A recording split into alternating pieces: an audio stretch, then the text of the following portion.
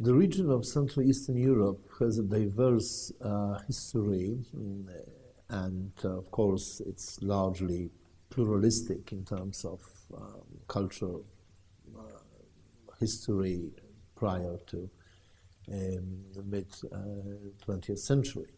But after the Second World War, the whole region found itself under the domination of Soviet Union, of course, as a result of the agreement between superpowers in Yalta and in Potsdam. And in effect, the whole region went through a long process of unification, of transformation of their social, political, economic systems, to make it what we refer to as a communist world, the communist Europe, the area united under the political umbrella of the Warsaw Pact and economically the Comecon, almost completely dependent in all respects on the Soviet Union and its leadership. Of course, there was a difference between the situation of those states and regions and countries which previously had been independent of Russia, such as the Baltic states, for instance, and those which and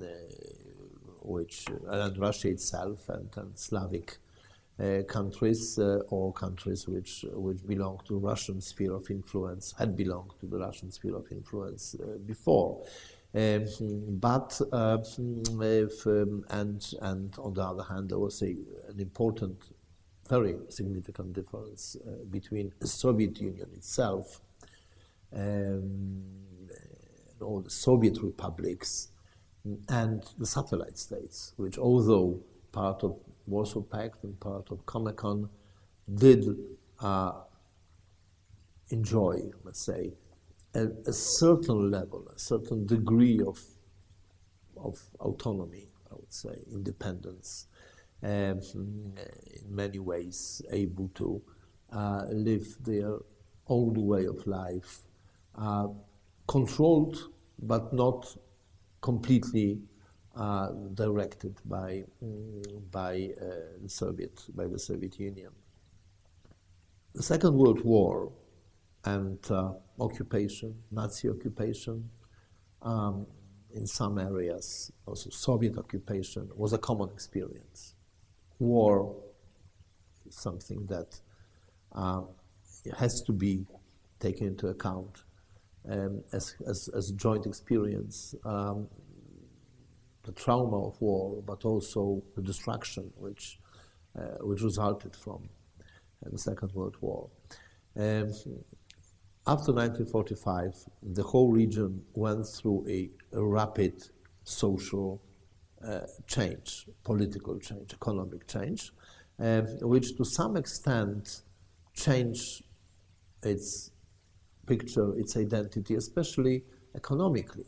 One has to remember that some areas of the region used to be largely agricultural.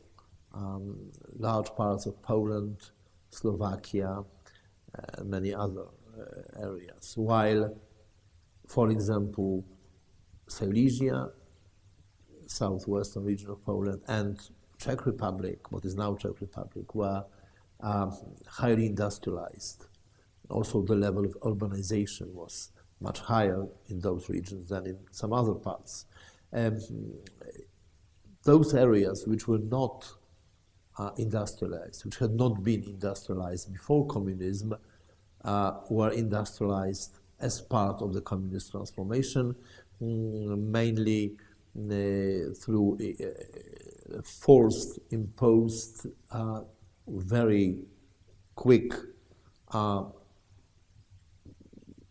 transfer of populations from farming areas to newly created or rapidly expanding cities, and the construction of heavy industry, which was seen as a priority economic priority for the Soviet bloc, largely served the military interests of the Soviet bloc, but also the heavy industry working class was ideologically represented as the avant-garde of society, as the leading and the most progressive part of society.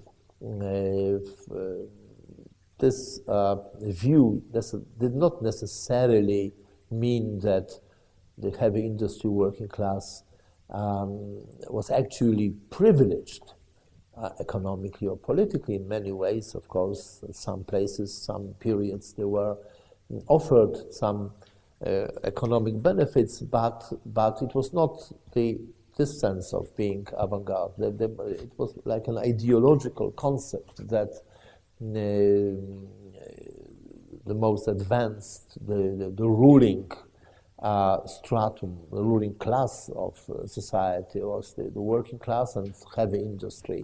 Working class in the first place, and politically the Communist Party, which was the ruling, and many places, many countries, the only party that had a monopoly of political power.